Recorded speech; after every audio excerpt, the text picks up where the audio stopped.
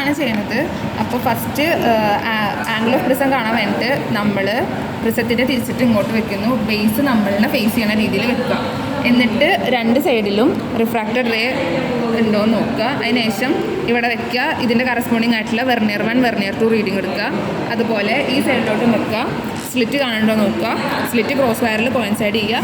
Vernier 1 vernier 2 reading എടുക്കുക.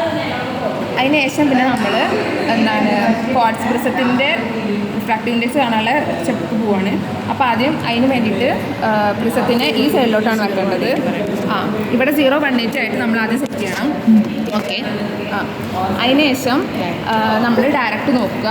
അതിനുശേഷം കുറച്ച് ഇങ്ങോട്ട് തിരിക്കുന്ന സമയത്ത് നമുക്ക് 2 റേ കിട്ടും. 2 റിഫ്രാക്റ്റഡ് റേസ് കിട്ടും.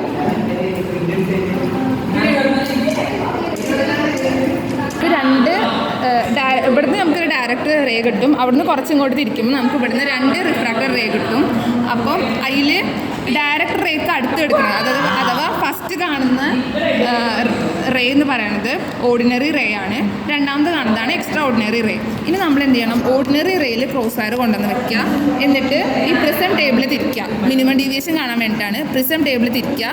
അപ്പോൾ ആ റേ എന്ത് ചെയ്യും? ആ 2 റേയും ഒരുമിച്ച് അങ്ങോട്ട് നീങ്ങും. ഡയറക്റ്റ് റേയുടെ അടുത്തോട്ട് നീങ്ങും. ഒരു സ്ഥലത്തെത്തുമ്പോൾ അത് സ്റ്റോപ്പ് ആവും. പിന്നെ തിരിച്ച് വരാൻ തുടങ്ങും.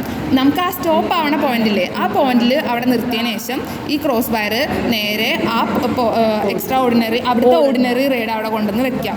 എന്നിട്ട് അതിൻ്റെ കറസ്പോണ്ടിങ് ആയിട്ടുള്ള വെർനിയർ 1 വെർനിയർ 2 റീഡിങ് നോട്ട് ചെയ്യുകയും അതിനുശേഷം ആ ടെലസ്കോപ്പ് നേരെ എക്സ്ട്രാ ഓർഡിനറി റേഡ് അവിടോട്ട് കൊണ്ടുപോയി വെക്കുക. ക്രോസ് വയറിൽ വെക്കുക. എന്നിട്ട് അവിടുത്തെ വെർനിയർ 1 വെർനിയർ 2 റീഡിങ് എടുക്കുക.